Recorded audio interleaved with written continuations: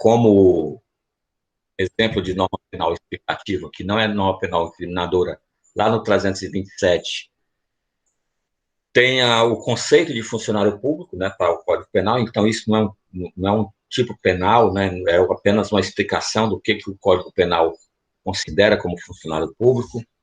Vimos a estrutura da norma penal, né, que temos um nome iuris, aquele nomezinho que aparece em negrito, o preceito primário, né, que é o conteúdo da norma, né, por exemplo, o crime de homicídio, né, matar alguém seria o preceito primário, o preceito secundário, a pena a essa conduta combinada. No exemplo do artigo 121, nós vamos ter lá escrito pena reclusão de 6 a 20 anos. Vimos o que vem a ser elementares circunstâncias, né? Então, elementares é tudo aquilo que obrigatoriamente tem que estar presente na conduta para que aquela conduta se amolde a um tipo penal, enquanto que circunstâncias, elas apenas envolvem a conduta, podendo acarretar, né, aumento ou diminuição de pena, a depender da circunstância, né? Ou a caracterização de uma qualificadora ou de um privilégio. Vimos que a ordem dos tipos penais transpostos na parte especial, na ordem decrescente de valor do bem jurídico protegido, né? Tanto é que a vida é o primeiro bem jurídico protegido. E que a parte especial, né, além de estar ordenada dessa forma, ela é dividida em títulos, capítulos e seções. Vimos a diferença de tipo penal para tipicidade, de elementares para circunstâncias, e vimos alguns dos principais elementos com seus conceitos, né? Por exemplo, o núcleo, o verbo do tipo, o sujeito ativo, é aquele que pratica a conduta descrita no tipo penal.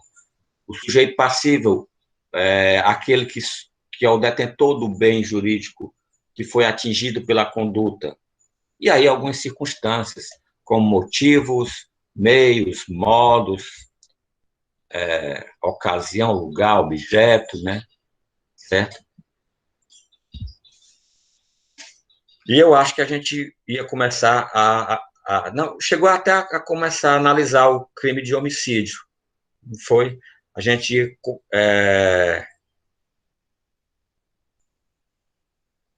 não sei bem onde a gente parou, mas a gente começou a analisar o homicídio. Se alguém puder me recordar aí. Então, o artigo 121 é o crime de homicídio, certo? É o primeiro artigo, é o artigo que inaugura a parte especial do Código Penal, certo? Então, é o primeiro artigo do primeiro capítulo, do primeiro título, e a sua redação é simplesmente matar alguém, certo? Então, vamos estar lá. Homicídio simples, matar alguém, e o preceito secundário, pena reclusão de 6 a 20 anos. Temos como fundamento constitucional o artigo 5º, 227 e 230. Pessoal, nenhum direito é absoluto, nem o direito à vida, certo? Então, o próprio artigo 5º relativiza esse direito à vida. Como assim? Eu posso matar alguém? A Constituição permite casos em que eu possa se tirar a vida de alguém? Sim. Então, a Constituição, inclusive, quando prevê as espécies de pena, ela prevê a pena de morte. Então, nós podemos ter pena de morte em caso de guerra declarada. E onde é que está previsto os tipos penais que são punidos com a pena de morte? Para quem tiver curiosidade, estão no Código Penal Militar, certo? Vocês podem ir lá no Código Militar, que algumas condutas são apenadas com pena de morte, a pena capital. E só por curiosidade, né? Você pode estar. Alguém está se perguntando, e como é que é executada, né? A pessoa é por fuzilamento, né? Parece ser meio estranho a gente falar isso no nosso país, mas há essa previsão legal. E outras situações em que pode ser relativizado é se a gente observar, por exemplo, algumas excludentes, né? Então, eu posso matar alguém, desde que não, mesmo não sendo um caso de guerra declarada, a morte praticada pelo Estado, sim, a resposta seria sim, né? É, vamos pegar excludente de legítima defesa, né? Então, eu posso tirar a vida de alguém para preservar a minha vida, né? Então, nenhum direito é absoluto. Momento aleatório da aula, né? Eu acho impressionante como toda aula minha o Neymar participa. Toda aula minha. Ele é meu fã. É, mas vamos lá. Deixemos. É bom que ele aprende direito penal, né? Que ele está em direito penal 3, direito penal 2, processo penal 3, estágio 1. Então, pessoal, a gente tem esse direito à vida como relativizado, né? Certo? Então, ele não é um direito absoluto. É, a estrutura do homicídio, pessoal, nós vamos ter o chamado homicídio doloso, certo? Simples, né? O doloso simples é o caput, certo? Então, o matar alguém é o caput. Nós vamos ter o homicídio doloso privilegiado, o homicídio doloso qualificado, o homicídio doloso circunstanciado. Vamos ver como é que isso é apresentado no Código Penal.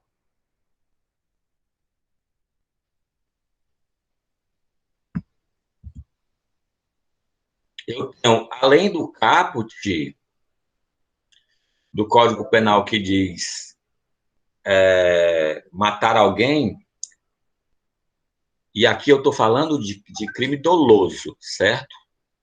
Então, só que, para que fique bem claro, um crime só é punido na sua forma culposa quando há expressa previsão. Há expressa previsão para a prática do homicídio.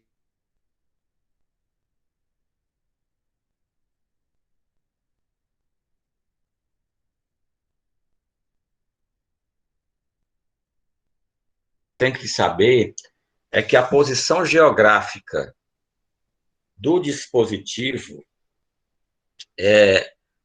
ela é importante.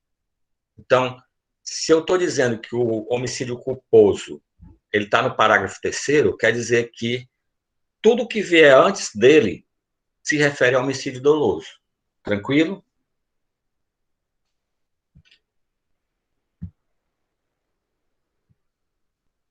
Então, eu estou falando que eu tenho, na estrutura do tipo penal doloso, o simples, o privilegiado, o qualificado e o circunstanciado. Então, vamos lá ver o que seria. O homicídio simples a gente já viu que é o que está no CAPT. O que se chama de privilegiado, eu acho que eu cheguei a comentar na última aula, e aí me confirmem se eu comentei ou não, a respeito da natureza do parágrafo 1º do artigo 121, natureza jurídica. Porque apesar da doutrina chamar de privilégio, pessoal, na verdade nós temos um caso de aumento de pena. Salvo engano, eu conversei com vocês como é que a gente identifica se a gente está diante de um privilégio ou de um caso de aumento de pena, de uma qualificadora ou de um caso de aumento de pena. Então, privilégio e qualificadora, nós temos o legislador especifica um novo limite de penas, enquanto que nos casos de aumento e diminuição é aplicado um percentual que vai reduzir ou majorar a pena da sua forma simples. No caso do parágrafo 1º do artigo 121, apesar da gente, né, e aí alguns doutrinadores, né, criaram esse vício na gente de chamar de homicídio privilegiado, na verdade, nós temos um caso de diminuição de pena.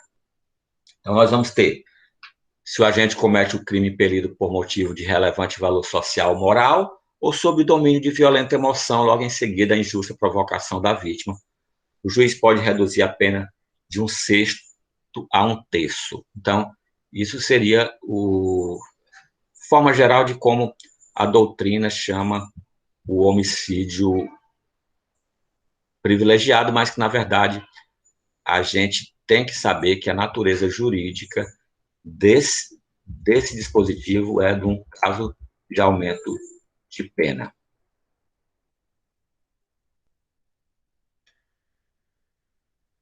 Tranquilo até agora?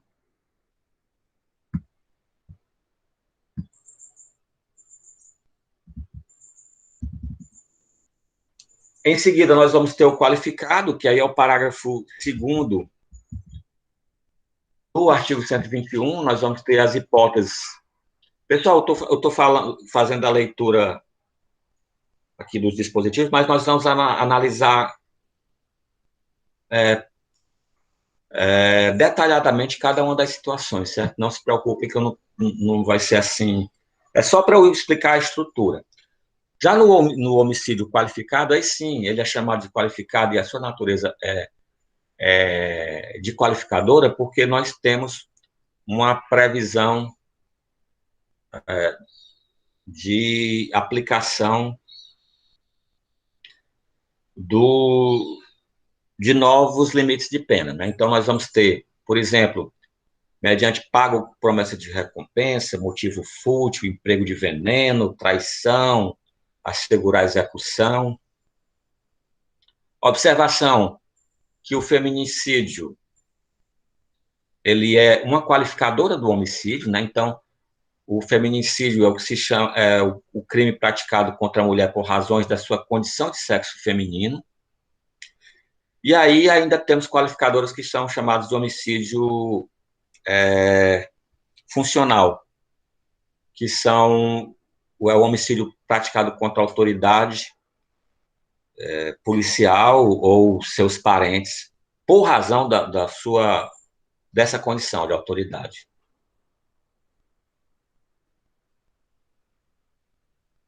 Certo? Tranquilo? Então, isso seria a estrutura do homicídio doloso. Já o culposo, nós vamos ter o simples também e o circunstanciado.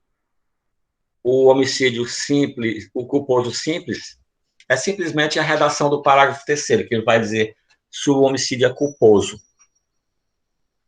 E o circunstanciado seria o parágrafo 4º, né, que ele traz circunstâncias para a prática do homicídio culposo. Temos também a previsão, dentro da estrutura do homicídio do perdão judicial. Vocês estudaram no semestre passado causas de extinção de punibilidade, lá pelo artigo, eu sempre confundo, 69 ou 107. Eu acho que é 109. Vocês viram as causas de extinção de punibilidade e uma delas é o perdão judicial quando há previsão legal. Nesse caso, há previsão legal do perdão judicial para o homicídio culposo.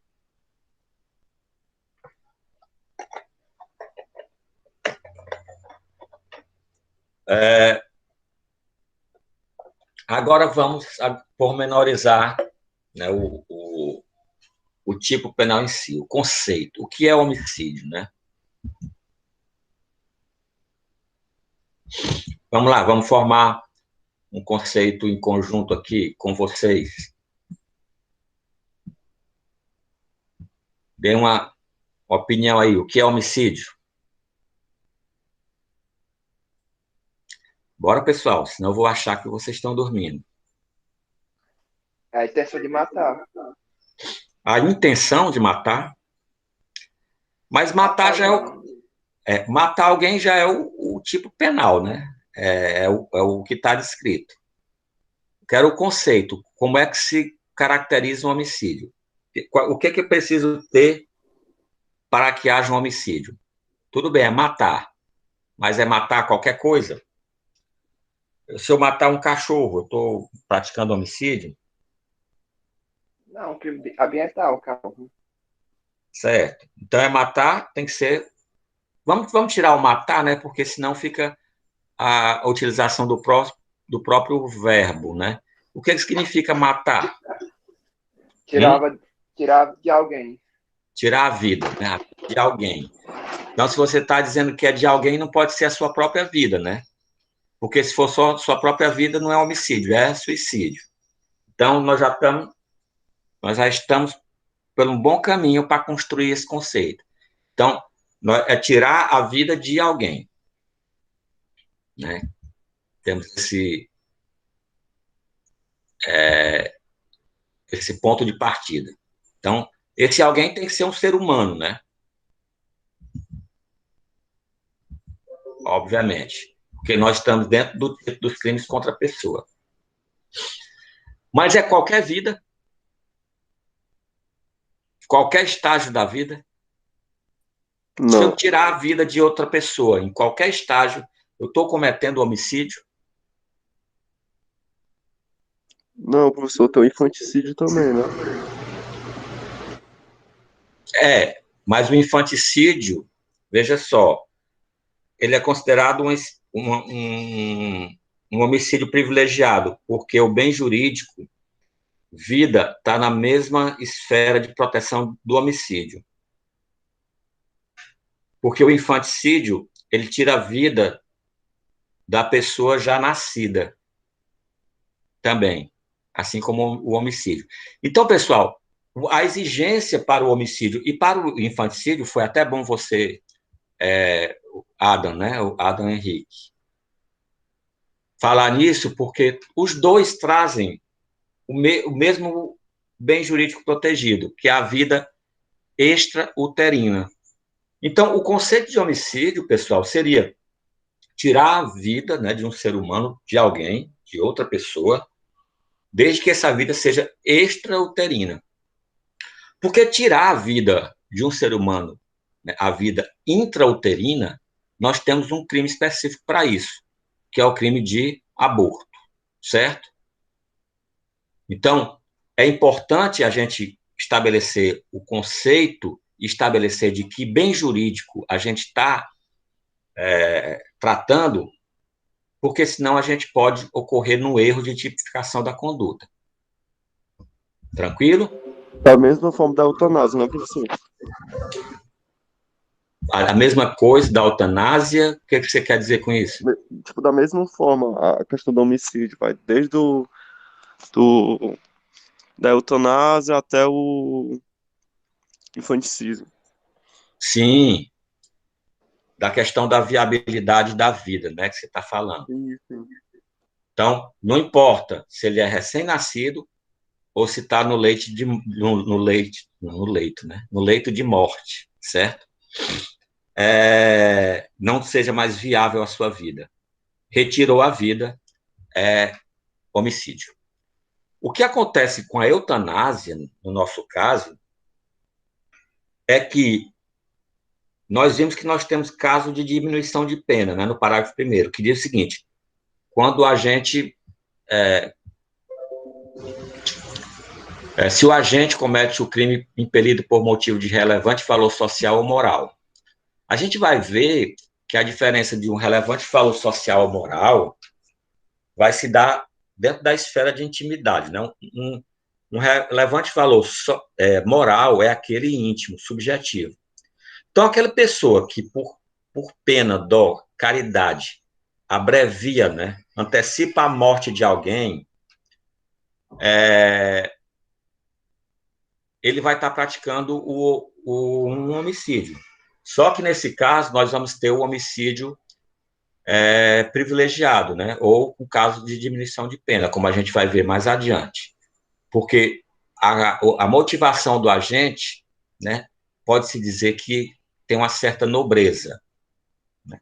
Isso a gente observando apenas pelo o viés jurídico, né? Nós vamos adentrar aqui em questões religiosas e tal, em fé, em crença, não, certo? Porque senão vai polemizar demais, né? Então, juridicamente, pode-se considerar que é uma atitude nobre, então considera-se o privilégio.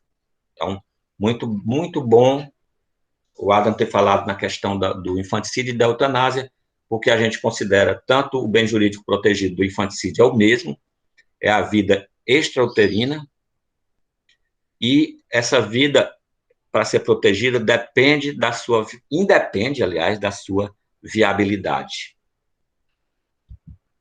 Então, o conceito que nós formamos seria esse, né? Supressão da vida humana extrauterina por outra pessoa, né? Então, exatamente disso que nós conversamos. Quando nós estávamos conversando sobre aquela questão das elementares do tipo, pessoal, nós vimos que são peças dentro da conduta que são fundamentais para que haja a tipificação daquela conduta, né, para que ela se amolde ao tipo penal. Todos vocês, eu imagino, já brincaram de Lego, né? Vamos imaginar que cada tipo penal é um conjunto de blocos de Lego. Então, se eu tirar um bloco, eu descaracterizo aquele conjunto, né? Então, para que haja a tipificação, nós temos que observar em todos. Só um minuto aí, pessoal. Só um minuto. Eu vi um...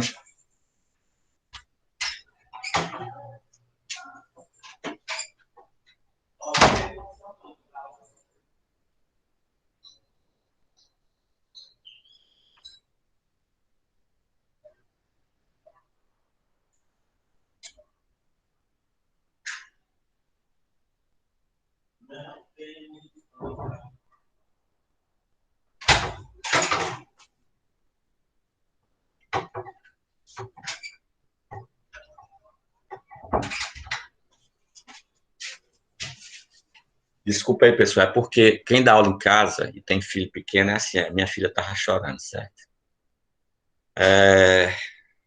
Eu fui pedir para alguém olhar o que ela tinha.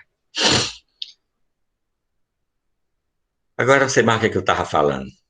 Bora lá, meu povo. O que eu tava... Ah, sim, do Lego, né? Como é que eu vou esquecer do Lego? Então, cada tipo penal é como se fosse um conjunto de Legos. Não pode faltar nenhuma peça. Se faltar uma peça, ele vira outro Lego, não é mais aquele, né?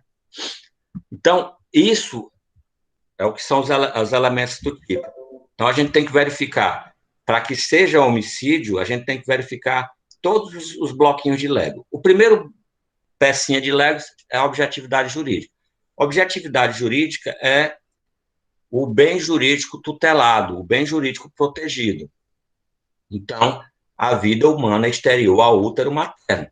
A gente já viu isso no conceito, certo? Então, a vida extrauterina. Então, essa é a nossa primeira coisa que a gente tem a observar. Foi retirada a vida de alguém? Foi. Certo? Foi por outra pessoa ou foi ela mesma que retirou? Se foi ela mesma que retirou, não é crime, né? Suicídio não é crime, por motivos óbvios, né? Vocês já devem perceber que vai prender um suicida, né?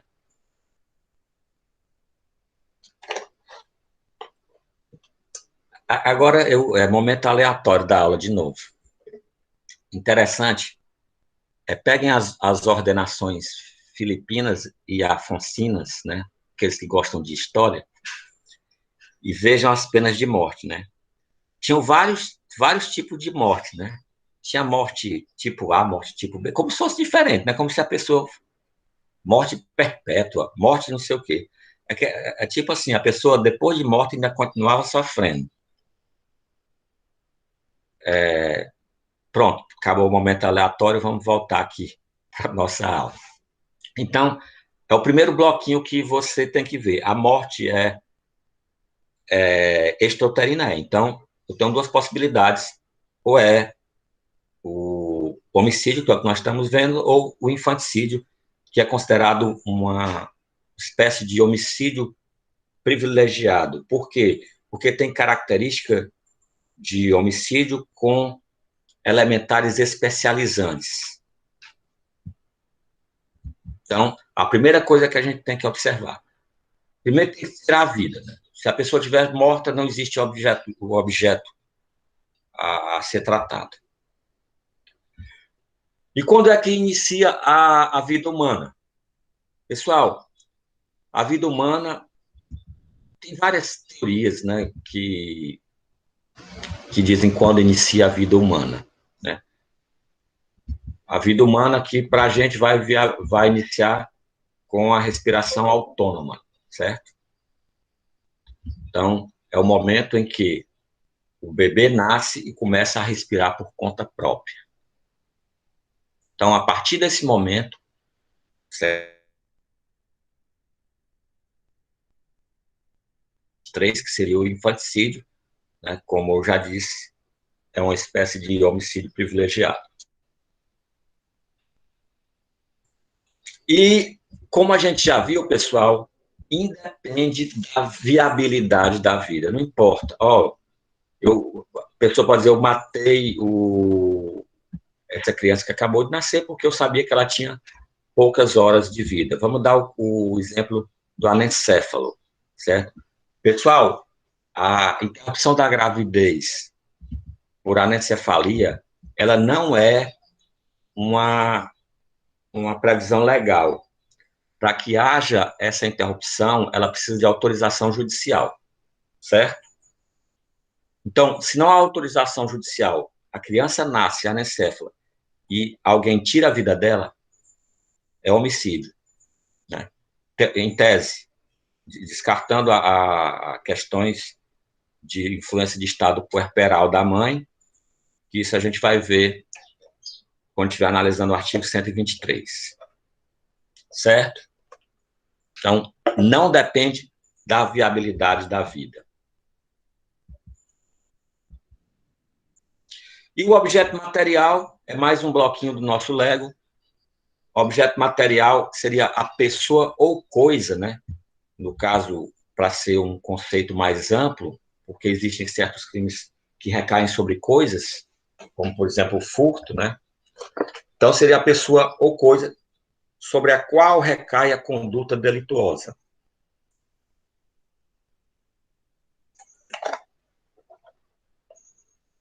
Sobre o que recai a conduta delituosa do crime de homicídio, meu povo?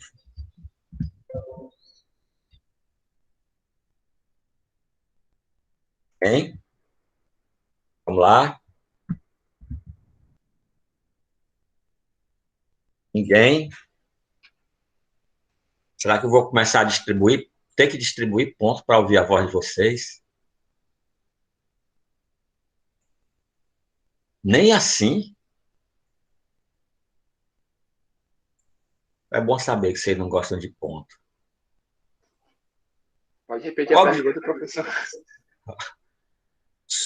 O objeto material é a pessoa ou coisa sobre a qual recai a conduta delituosa. Ou seja, a ação. A ação, ela é direcionada ao quê? A quem? Ao ser humano, pessoal. Só há homicídio se houver o ser humano. Então, o objeto material, no nosso caso aqui, é o ser humano. Então, os nossos primeiros bloquinhos de Lego, eu tenho que verificar se há uma vida exterior ao útero e se essa vida é do ser humano.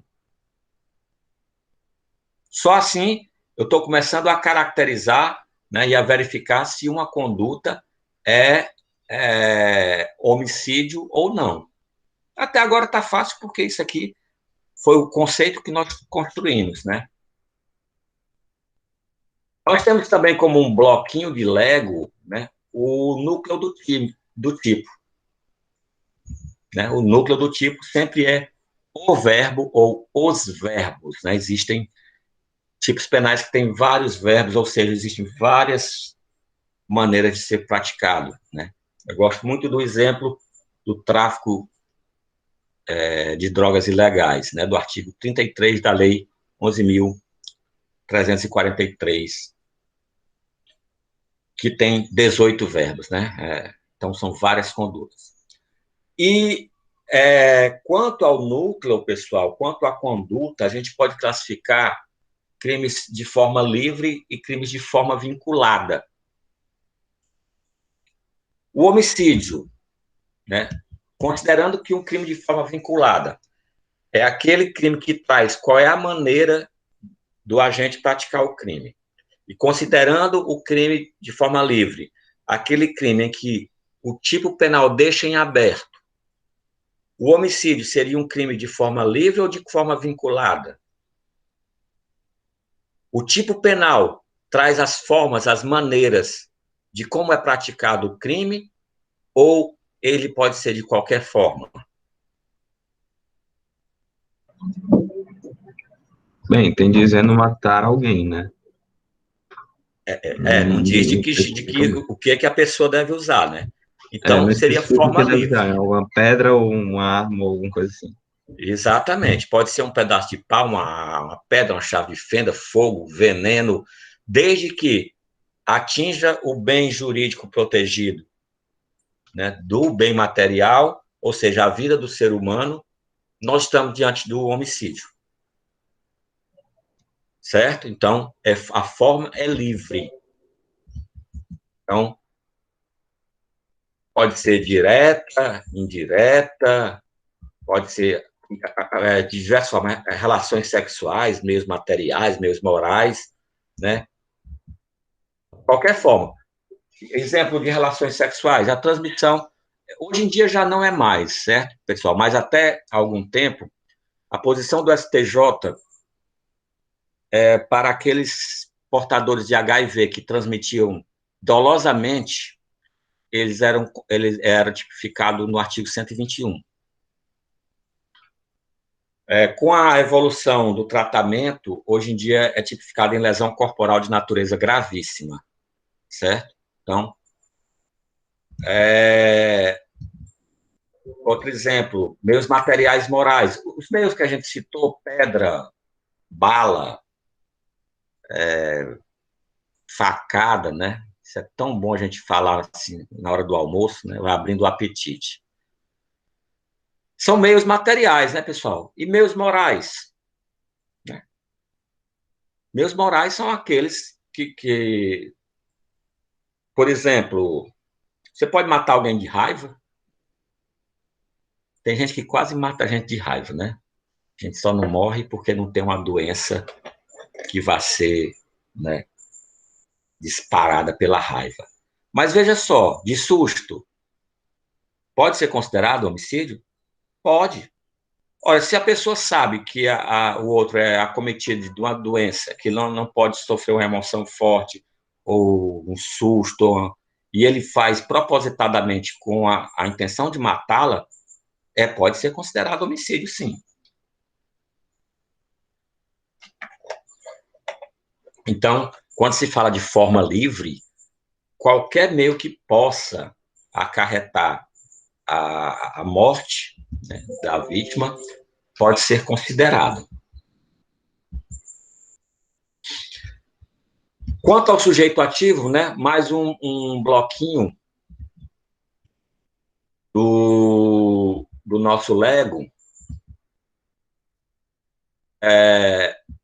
mais um elementar do tipo. O tipo penal exige alguma característica especial para quem vá para o autor do homicídio?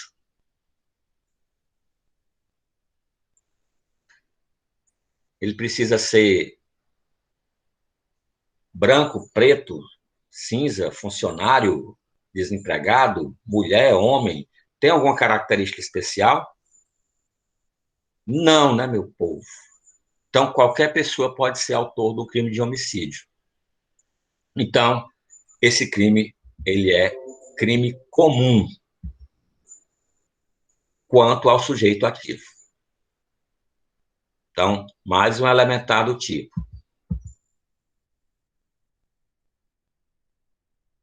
Quanto ao sujeito passivo, qual é a exigência que o tipo penal faz em relação ao sujeito passivo?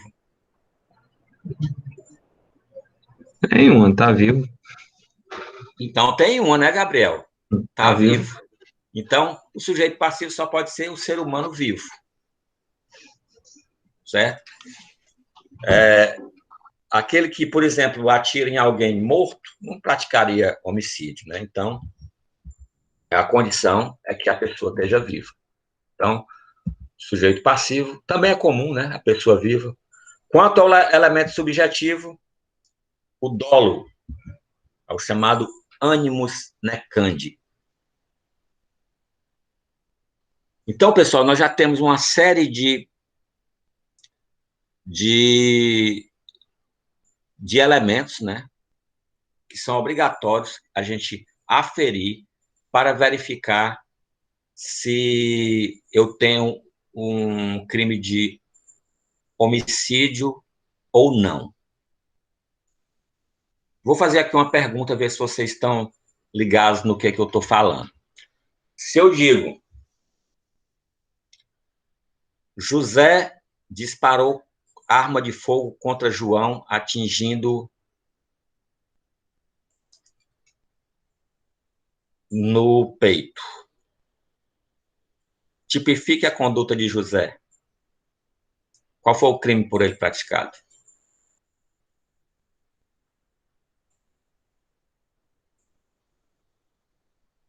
Vamos lá? Vamos lá, Ana Júlia. Você estava tão participativa na última aula, hoje está tão acanhada. Foi ele meu que atirou nele mesmo? Não, José atirou em João. É um sujeito ativo. Como é? É um sujeito ativo. Não, eu quero saber se você tem como determinar qual foi o crime a partir do que nós já conversamos. Homicídio doloso. Homicídio doloso. Eu dei essa informação. Mas ele morreu, teve só uma lesão corporal. Eu dei essa informação. Mas não tem, pessoal. A informação que eu estou dando para vocês, ela é incompleta. A resposta correta é dizer, professor, não tenho como lhe dizer. Você não me deu todas as informações. A Ana Júlia está certa, né? O Adam está certo. Faltou dar que informações. Primeiro, com que intenção? Ora, se eu digo que alguém atirou no outro, certo? Eu preciso dizer qual a intenção dele, o elemento subjetivo. Esse último elemento aqui, ó, o animus necandi, o dolo de matar. Porque se eu não disser, e eu não disser se foi consumado ou não, eu não tenho como tipificar a conduta. Porque, olha, agora se eu disser, João atirou em José com a intenção de matá-lo, José foi socorrido e sobreviveu. A minha... Está mais completa agora? Tá. O que eu posso concluir disso? Qual foi o crime que ele praticou? Tentativa de homicídio. Tentativa de homicídio, porque eu dei todos os elementos. Se você não tiver todos os elementos, você não tem como analisar a conduta. É óbvio, pessoal, que no caso concreto, nós temos esse elemento subjetivo, o ânimos, que ele está dentro da cabeça do sujeito ativo. E ele é extraído a partir de circunstâncias. Certo? É óbvio que, se eu digo, José, a uma distância de meio metro, atira no peito esquerdo de João. Mesmo que eu não diga que eu fui com a intenção de matar,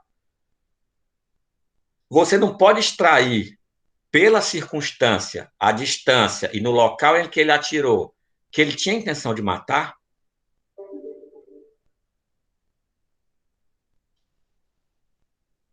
Temos ou não temos?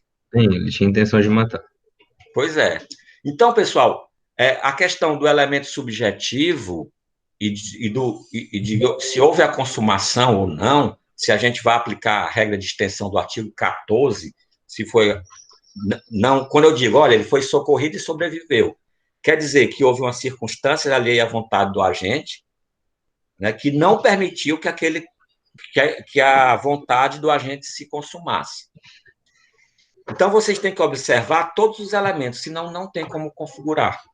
Você não tem como tipificar. Porque eu preciso de quê? De todos os bloquinhos do Lego para montar meu homicídio. E na minha primeira pergunta, eu excluí alguns. Certo? Então, fiquem atentos. Se eu disser, João atirou em José com o intuito de feri-lo, mesmo sendo socorrido, ele faleceu. Qual é o crime que eu tenho aí? Qual é a intenção dele? Ferir. Não, eu disse que foi com a intenção de ferir. Então, se ele culpou, né? Não. Se ele não, é doloso. Nós temos aí um crime de lesão corporal seguida de morte. Porque a intenção dele era só lesionar. Eu não disse que era a intenção de ferir. Agora o cara era morredor, certo? Não estava dentro da vontade do agente. Isso é o que se chama de préter-dolo. Você tem a intenção principal e ocorre algo, né, de forma culposa após a sua intenção. Então, quando eu dei o elemento subjetivo, intenção de feri-lo, eu excluo de cara o homicídio, porque o ânimo dele não era de matar, era apenas de ferir. Apenas ele morreu, certo? Mas não era vontade do outro. Tranquilo? A questão dele ser culposo, Adam, é quando não há intenção alguma. Há a previsibilidade de que ocorra, a previsibilidade, não a previsão. Né? Ninguém é profeta, né? Ninguém prevê o futuro. Mas a situação é previsível. E ele age com um dos elementos da culpa, com negligência, imprudência ou imperícia. Certo? Por exemplo, eu ultrapasso o sinal vermelho e atropelo alguém, e essa pessoa morre. Eu tinha intenção de matar? Não. Mas eu ultrapassando o sinal vermelho, sabendo que o sinal estava verde para o pedestre, era previsível que alguém atravessasse a rua? Sim. Sim. E a minha conduta de ultrapassar o sinal vermelho, ela foi imprudente? Sim. Então, houve um elemento de culpa, a imprudência, que ocasionou um resultado previsível, logo aí eu tenho como ser atribuído o homicídio culposo. Ok? Tranquilo até agora, pessoal?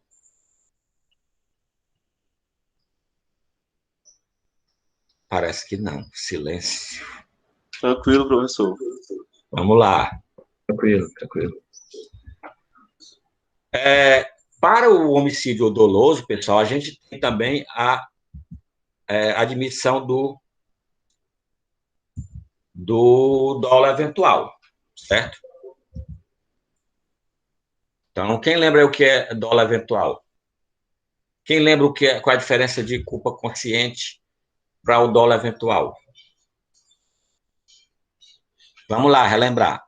Pessoal, culpa consciente, eu vou usar...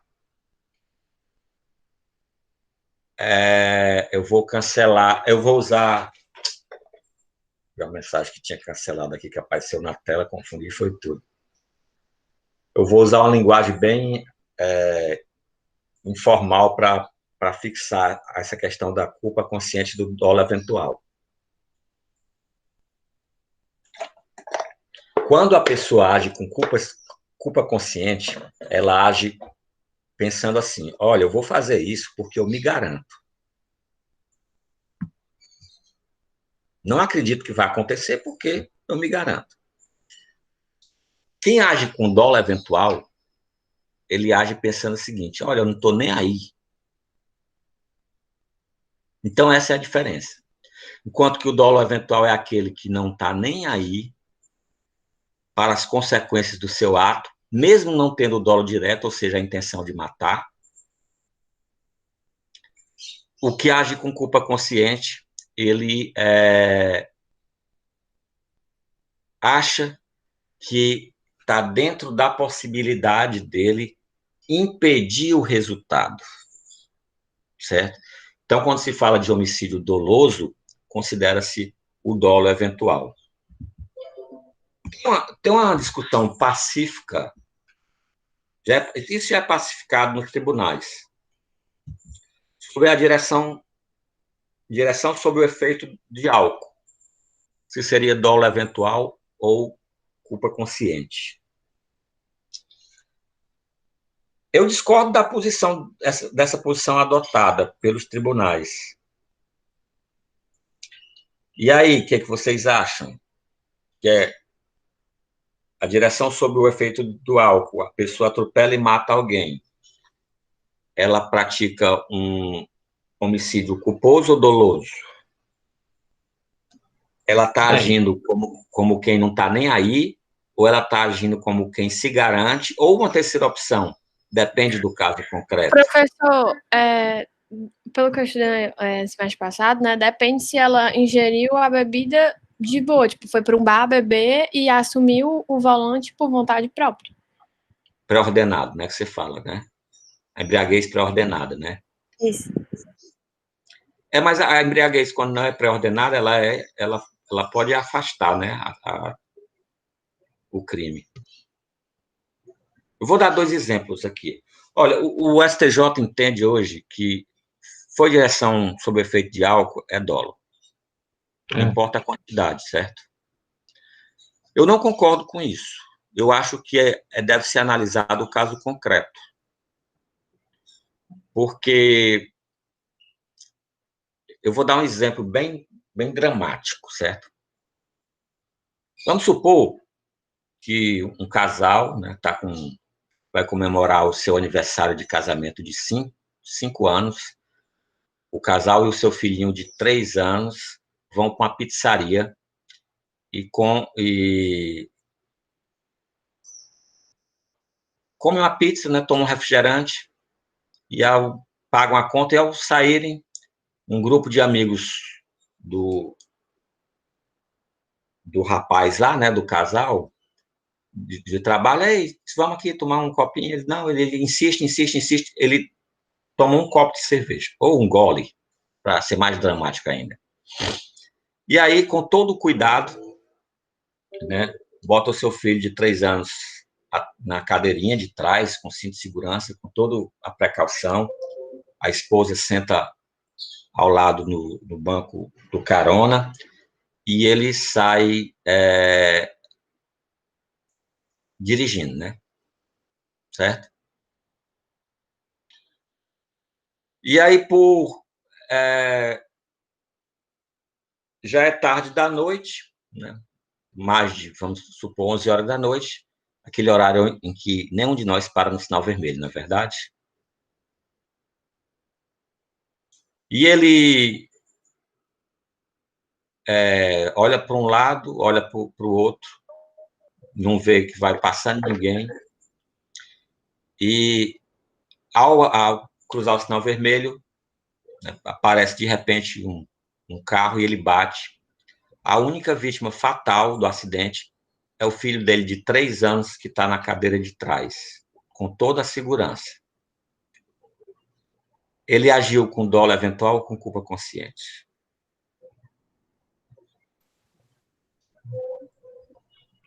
Dolo eventual. Ele não se importava com a vida do filho? Depende. Ele sim se importava com a vida do filho, mas, segundo o tribunal, houve dolo porque ele assumiu o risco que poderia acontecer isso Não, mas eu não estou quando... perguntando a questão do tribunal, não. Eu estou dizendo que eu discordo do tribunal. Certo. Pessoal, olha, esse negócio de concordar com tudo que o Tribunal Superior diz, esqueçam isso. Se fosse dessa forma, não existia tese jurídica nova, né? certo? Eu vou só botar aqui um elemento a mais para vocês.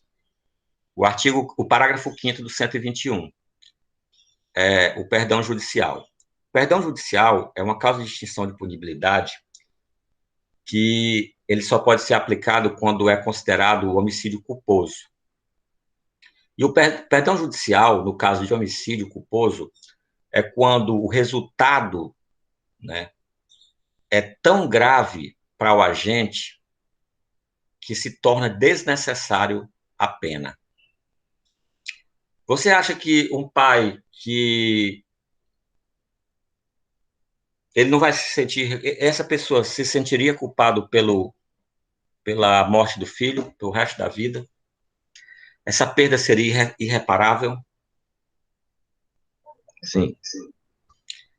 Se nós considerarmos o dolo eventual, certo? Ele vai responder pelo homicídio doloso, sem direito a perdão judicial. Se nós considerarmos o dolo eventual, a culpa consciente, ele vai ter direito, né, ao perdão judicial. Eu vou dar outro exemplo. Uma pessoa solteira que vive na farra, né, bebe todo final de semana, toma uma garrafa de uísque, aí é exagero também, né? A garrafa de uísque todo sexta, sábado, domingo, e volta, né, da farra dirigindo. E aí, né, pelo horário, avança o sinal vermelho e vem com um amigo do lado, bate da mesma forma e o amigo morre. Se nós considerarmos a situação em abstrato, a aplicação da posição do tribunal para todas as hipóteses de direção sobre o efeito do álcool, nós estaremos tratando essas duas situações de forma igual. Os dois iam responder pelo mesmo crime. Eu não estou pedindo que ninguém concorde comigo. Eu estou apenas jogando, certo, lenha numa fogueira para vocês exercitarem o senso crítico de vocês. Ok? Só estou levantando a bola aí para vocês pensarem. Tranquilo? Tranquilo. Mais alguma opinião? Sim, não? Vamos lá. O que a gente tem mais aqui? Ainda como elementar, e aí a gente discutiu no caso quando eu disse João Aquirim José, e eu acho que foi a Ana Júlia que disse, perguntou se ele morreu ou não, é o momento consumativo, né? Quando é que se dá a consumação do homicídio? Como é que eu digo? Está consumado.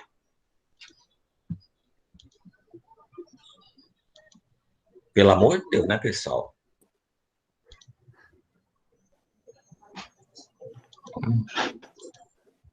Ai, meu Deus. Precisa o quê para a pessoa ser considerada vítima de um homicídio fatal? Vítima. Morrer. Morrer. Pronto, é só isso.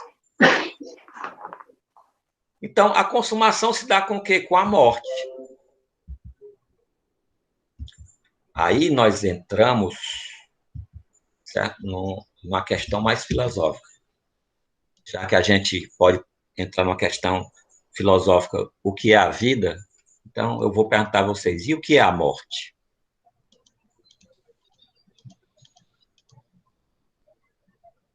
Quando é que eu considero que alguém está morto? Vou dar uma dica. Lembre-se de doação de órgão. O coração tá batendo. Quando o quê?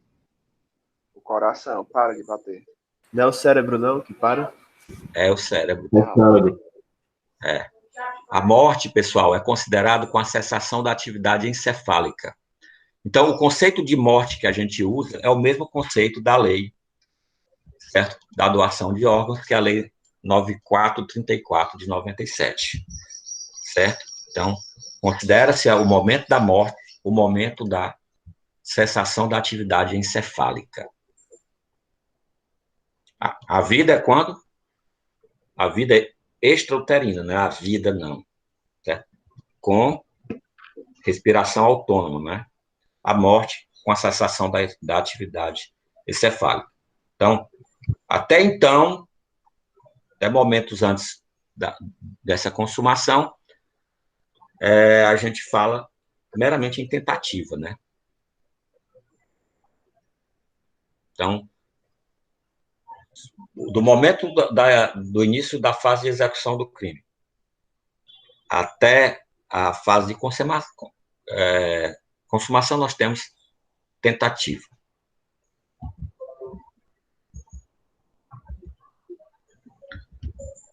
E agora a pergunta é fácil. A tentativa é possível? É óbvio, né?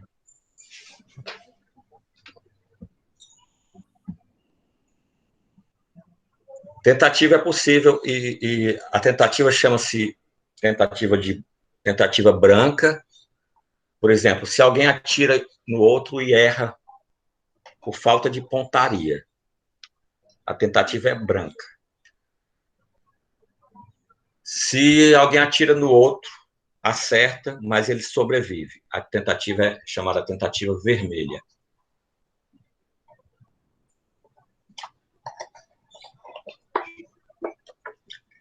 Uma perguntazinha básica, pessoal. Quando é que eu sei que cabe tentativa em um crime? Quando ele tentou, mas não chegou a efetuar. Mas aí, Gabriel, Então, aí é muito tautológico isso aí.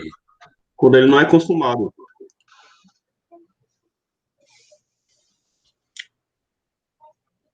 Não, a tentativa é quando não é consumado. Eu quero saber quando é que em um crime, regra geral, eu posso olhar para ele e digo assim, esse crime cabe tentativa, esse crime não cabe tentativa.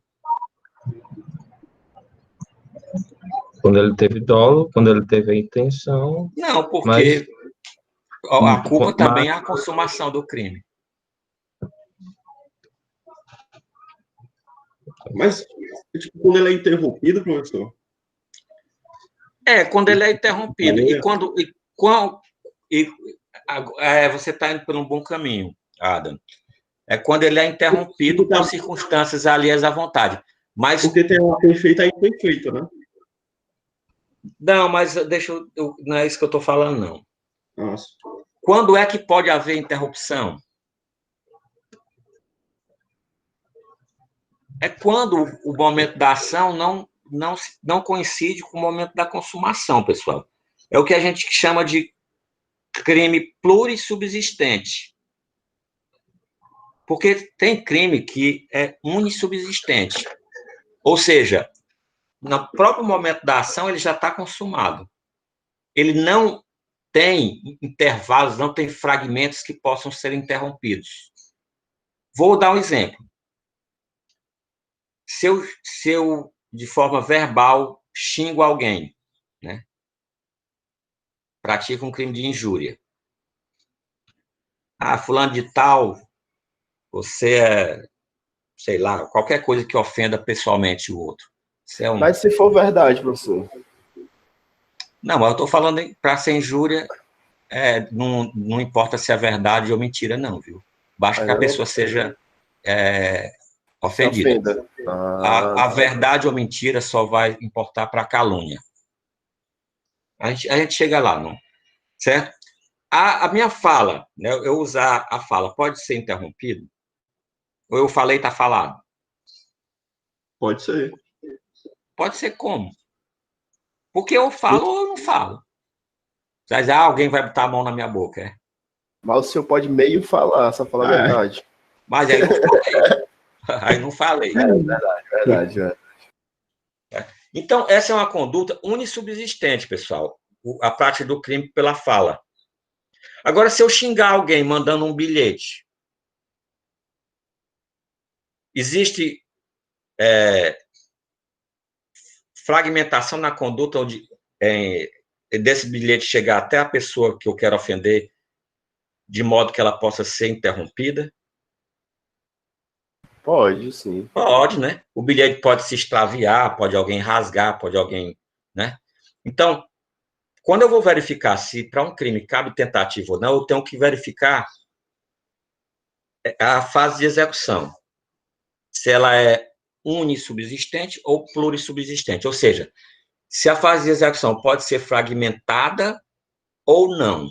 No caso do homicídio, sim, né? Por exemplo, o cara dá um tiro em alguém, ele não morre imediatamente, ele pode ser socorrido, né? Então, pode ter uma intervenção de outra pessoa que sobreviva. A pessoa, na hora que vai atirar, alguém pode bater no braço dele e fazer com que erre o alvo, né? Então, a fase de execução pode sofrer interrupções. Professor, mas aí no caso seria se não, por exemplo, o cara atira, aí no caso, se não pegar, é que você tá falando, não entendi muito bem não. Sim, se ele atira com a intenção de matar e erra, é tentativa. Visão nem de perícia, né? Aí se pegar e o cara não morrer, aí é tentativa, É tentativa também, é a mesma coisa. Vermelha. Certo? A mesma coisa, os dois.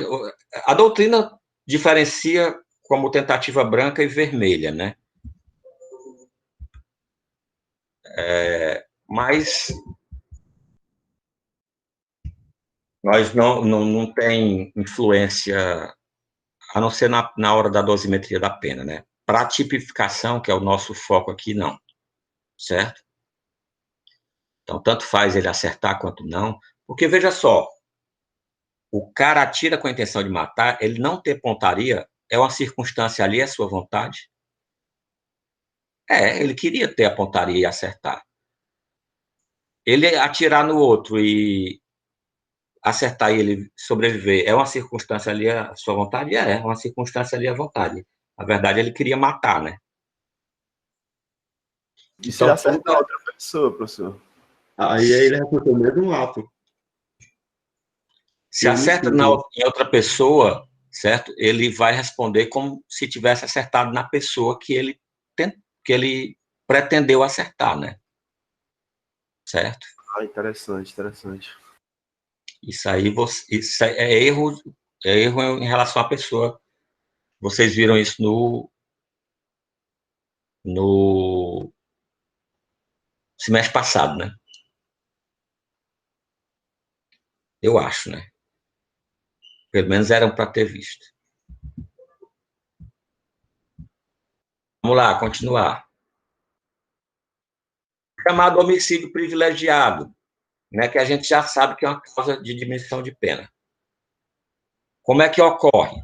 Aqui nós ainda estamos falando de homicídio doloso. Né? Então, a gente já viu que a natureza jurídica do 121, parágrafo 1º, é causa de diminuição de pena. Certo? Não é privilégio. Isso porque ele traz uma fração. Pessoal, muita atenção nessa hora.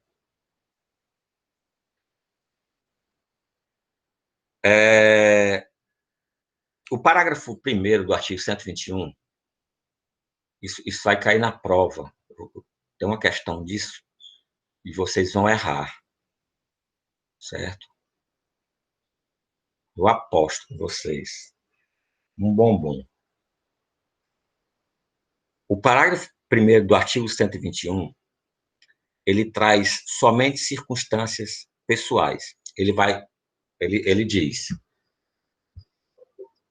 se o agente comete o crime impelido por motivo de relevante valor social ou moral, ou sob domínio de violenta emoção, logo em seguida a injusta provocação da vítima. O juiz pode reduzir a pena de 1/6 a 1/3. Certo? São todas circunstâncias pessoais. O que diz o artigo 30? O artigo 30, pessoal, diz o seguinte: não se comunicam circunstâncias ou características pessoais. salvo se elementares do tipo. Então, a regra geral é que circunstâncias pessoais não se comunicam, ou características, né? E a exceção é, a não ser que sejam elementares do tipo. Então, se a característica ou circunstância pessoal é um elementar do tipo, ele vai se comunicar entre os agentes. Se for mera circunstância, não se comunica. O parágrafo 1º, certo? Nós já vimos as elementares do homicídio. Ele é uma circunstância ou ele é elementar?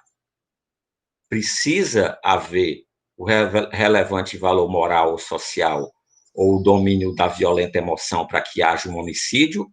Ou isso é uma mera circunstância?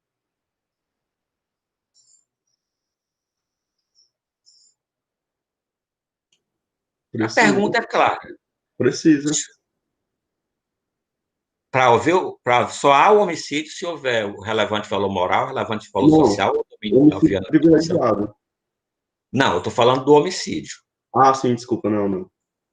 Não. Então, o parágrafo 1º é uma circunstância do homicídio doloso, que vai acarretar uma causa de diminuição de pena. Ou seja, quem pratica um homicídio nessas circunstâncias, a pena é diminuída, certo? Elementar é sujeito ativo, sujeito passivo, objeto material, objeto jurídico, núcleo do tipo. É o que é fundamental para que ocorra o crime. Isso não é fundamental. O crime pode ocorrer sem isso. Ok? Então, pela redação do artigo 30, circunstâncias pessoais vão ser comunicadas entre os agentes, em concurso de agentes. A redação do 30 é a seguinte: não se comunicam características, circunstâncias ou características pessoais. Só se comunicam se forem elementares do tipo. Isso não é elementar do tipo, logo não se comunica. Então, eu posso ter duas pessoas praticando um homicídio e uma responder pelo homicídio com causa de diminuição de pena e outra não. Por quê? Porque essa circunstância, por ser pessoal, não vai se comunicar entre os agentes. Exemplo, vamos supor que alguém chegue em sua casa e encontre sua filha de 15 anos banhada de sangue e estuprada. Bom desse penal 2, porque os exemplos são tão...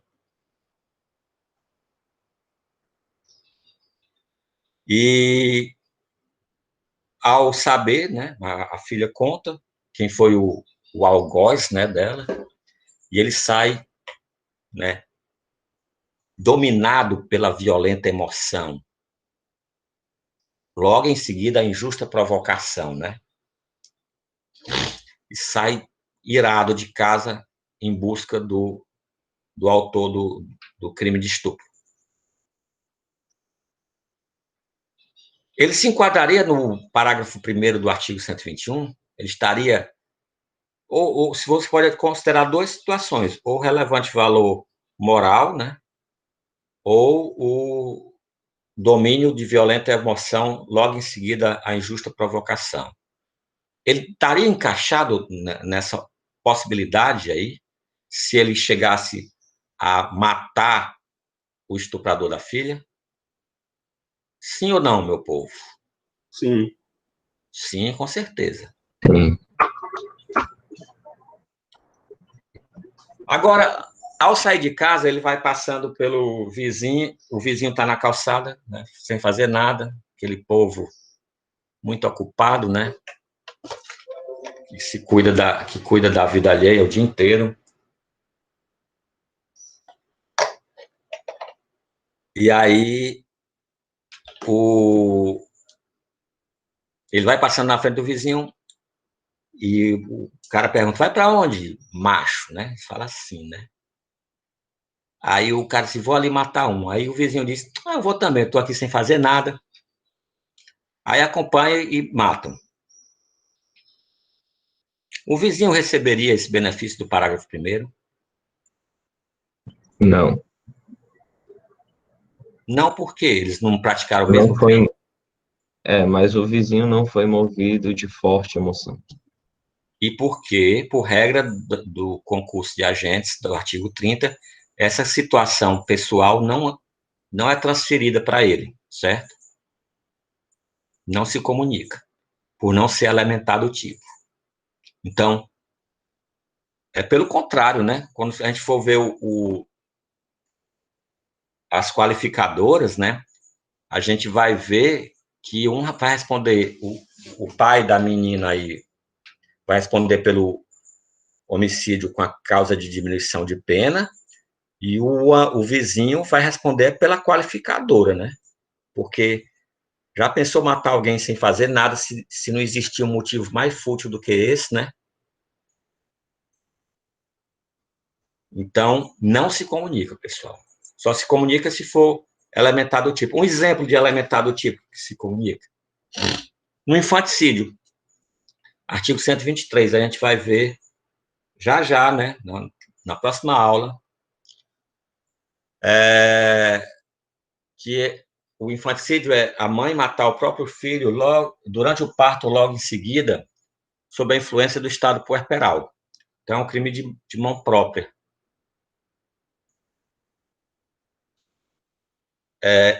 A mãe é elementar do tipo. Ela é o que do crime? Sujeito ativo, né? Sujeito ativo é um elementar do crime. É, né, meu povo?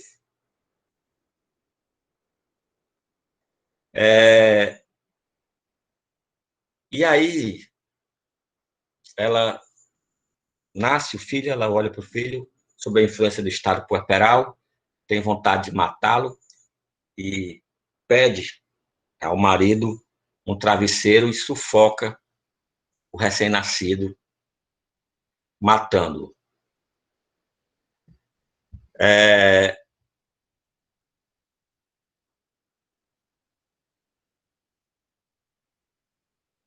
Essa condição de ser mãe em estado puerperal será transferida para o pai? Não. Vou repetir o artigo 30. Não se comunicam circunstâncias ou características pessoais. Ser mãe em estado puerperal é uma circunstância pessoal? Sim. É. Regra geral, não se comunica. Mas qual é a exceção? Salvo se elementar do tipo. Ser mãe não é o sujeito ativo?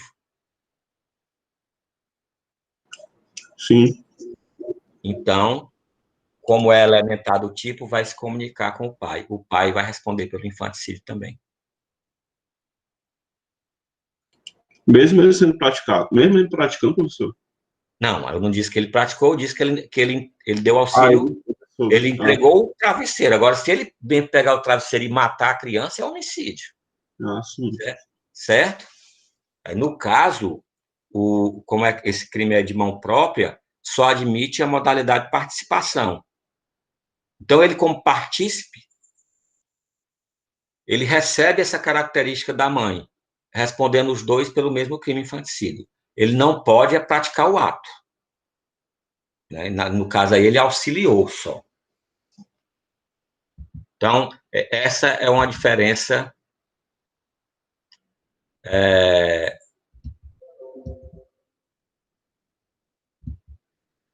que há entre elementares e circunstâncias quando são pessoais, né? Se comunicam ou não.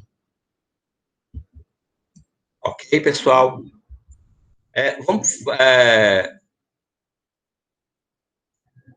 Outra situação, pessoal. O que o artigo diz aqui? Só para a gente encerrar hoje. Diz assim: o juiz pode reduzir a pena de um sexto a um terço. Ele pode ou deve?